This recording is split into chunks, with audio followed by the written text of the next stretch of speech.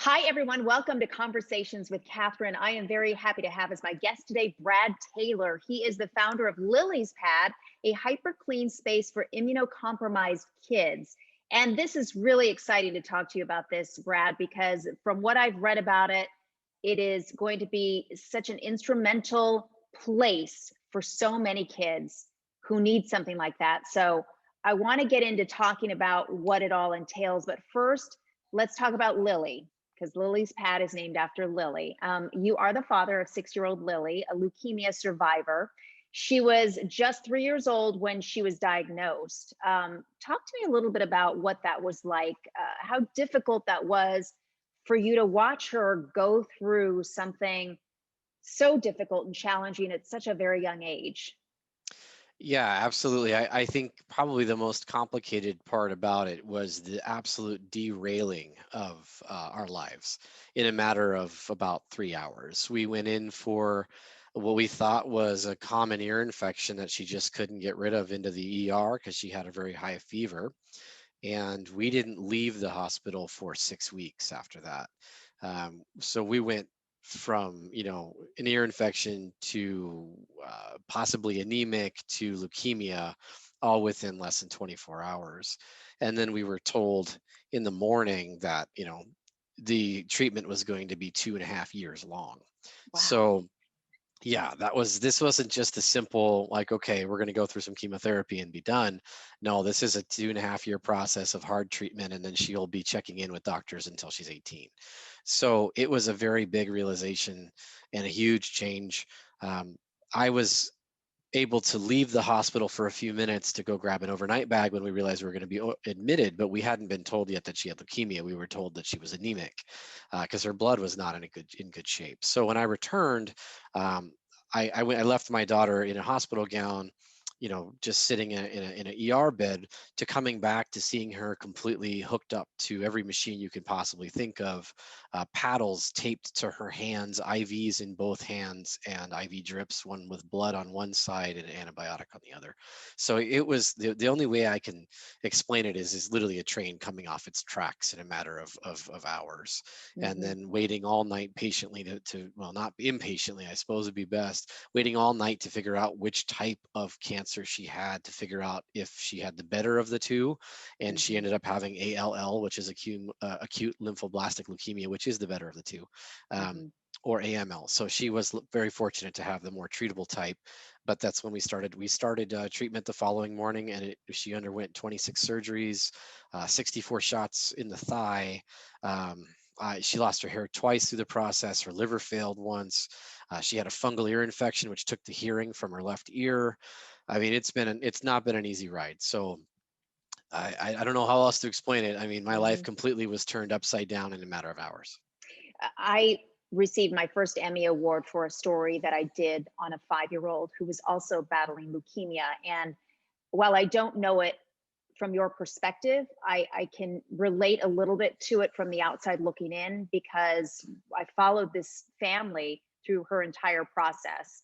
And I was able to tell the story from the parents' point of view and how much of a toll that takes on parents, especially when they're that young and they can't vocalize, what they're feeling and how it's impacting them. So, so I can kind of get a sense of where you're coming from when you talk about, just falling off the tracks like that and your whole world is turned upside down. She was put into isolation Yes. and she was quarantined.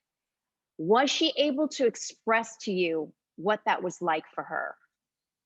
Yeah, in a way. I mean, she was so disappointed she could no longer go to preschool any longer. There were physical changes going on too. So, I mean, her hair was falling out, the skin was peeling off of her mouth. I mean, there was all sorts of side effects to the treatment that she was undergoing, and so it was a very miserable place to be as a child. And then, she remained positive through most of it, but when we would undergo some very painful treatments, which we went through a ton of pain, I had to hold her down through many, many painful treatments. Yeah, she slowly, we saw a very a very fast degradation of how happy she was and how outgoing she was. We were in quarantine, but we were in quarantine in a very bad place. She was sick all the time. She didn't sleep because of the steroids. She had night terrors constantly. So yes, she was very upset on a regular basis that she couldn't do what she was able to do before. So it affected her emotionally, not just physically. And you noticed that, which is why you started thinking about, how much more difficult it becomes for them, you know, beyond what they're already dealing with, just from battling cancer, but or leukemia in this case, but not being able to be just a kid. Yeah. And hospitals have playrooms, right? But it's not quite the same.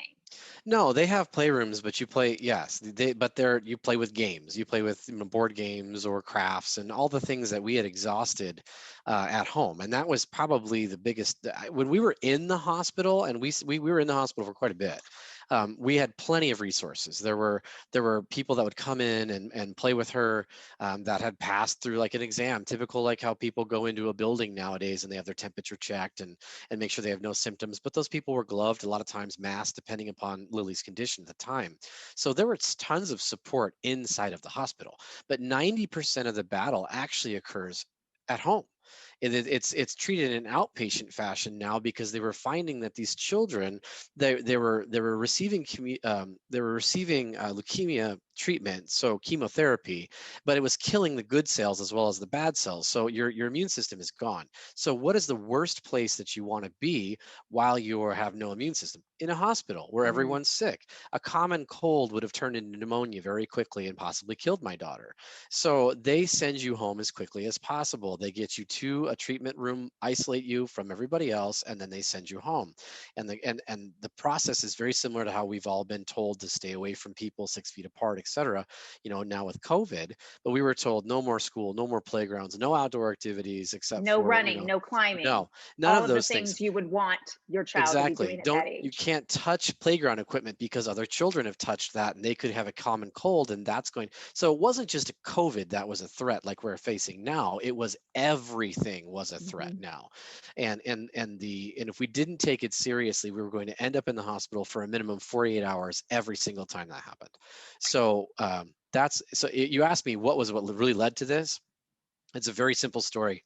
I was at my rope's end. My daughter was losing her hair like crazy. Her eyebrows had fallen out. Her mouth was peeling off. Nothing tasted good. Nothing felt good. She was vomiting on a regular basis. Hadn't slept in days. I hadn't slept in days. And I finally begged my doctors, what can I do with this child to get her out of the house? We're now over a year into this treatment, and I've got nothing else to do at home. There's got to be some place I can take her. And he said, take her on a drive. Just get her out of the house. Take her on a drive. That'll make it better. Well, I was terrified to do that because what happens when I have to stop for a public restroom? That's an issue too, especially as a father taking a daughter into a public restroom, already a Yes. challenge. So I drove by a park because we were going to look at the trees. Oh, look at nature, whatever. So we drove by the park. We had already been to the doctor's office. My daughter knew that we had already fulfilled that obligation. The playground was empty and it was brand spanking new. So you could tell that this stuff was pristine, and she begged me to stop the car. Just please let me go out and just play on the swings just for 5 minutes, Daddy. And the answer was no, I can't. And how do you explain to a 4-year-old that there's no one here, we have nowhere else to go but home to be bored again? You feel terrible, and we can't go on the swings right now just because I mean, for her there was no answer. The answer is because we're afraid you're getting sick. So she started throwing shoes at me. She was just Oh, enraged, crying, and she lost it. And so we drove home. She cried herself to sleep in the back seat. I took a situation that was already bad, made it 10,000 times worse. And I took her and I laid her on the couch, and she passed out just from being so upset and slept. I was so grateful that she had slept because I didn't want to face her when she woke up. And I went up and took a shower because I mean, as a caregiver, it's almost impossible to have any time for yourself. 10 minutes was amazing. And so I thought, God, there's got to be some place to take these children to do something. So I called my social worker. I called the hospital. We started searching around on the internet. Nothing was mm. coming up. And I was saying, well, you could take, Nothing where you could take a no, child who's immunocompromised. Correct. Yeah. immunocompromised. Yeah, exactly. So no one in that state, no one in that condition. So we had this, well, you could possibly go to the hospital playground, but she's not in the right place for that. She has to be at a certain immunity level before we can allow that. I said, no, no, no. There's got to be some place where these kids can go, and there just wasn't. And so I mentioned it to my mother. My mother mentioned it to my father, and I knew once my dad got a hold of it, he was going to go nuts. And so he did. He immediately started going on the internet, trying to search out everything. We could never find it. So So you we came up just with this idea for Lily's Pad, which right. is more than just a playground in your vision, correct? Absolutely. It's a place for parents too. And this was at this point, this was self-serving, not only for her to have a part of her childhood back, but to give me some peace of mind that my kid wasn't, and it's hard for me to even say this, but my kid was going to pass away without ever enjoying the joy of being a child again. So, yes, the goal for this facility is to give the parents the opportunity to talk to each other, to have some sense of community again, for the kids to see other children that are bald or maybe missing limbs. This isn't just cancer. There's 18 different disorders that we've figured out so far that are affected, because there's chemo is given for way more things than just cancer. Hmm. Some of these kids will never not be immunocompromised. We were lucky that Lily would come in and out of this state, Hmm. but she spent most of her time in that state because of how much medication they had her on. So yes, So it's surprising to me that nobody has come up with something like this up to this point. And so as far as you know, there is nothing like it. there's one similar in Michigan, but it's a game room similar to what you have in the hospital already. No, Hmm. this is the desire is to get kids to be active again, to get up, to move, to be able to climb, to be able to feel the joy of being in an outdoor setting, even though it'll be indoors. We are creating an indoor park for these kids, and we've got nursing students that will be helping these children play and have a good time and watch after the children, so the parents can have some time to rest and recuperate and maybe share stories with each other, or tips and tricks of things that, I mean, we finally discovered that getting some of the medicine down her was almost impossible. I mean, it tastes like baking soda.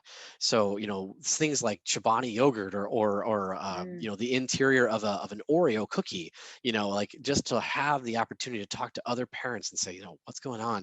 Yeah, what Also, worked for you? yeah, what are the tips? And then in addition to that too, we're looking into, we've already got a committed organization that's going to be offering counseling at the facility. So again, an opportunity for the parents to have the kids enjoy themselves, but then actually go get some maybe even marital counseling.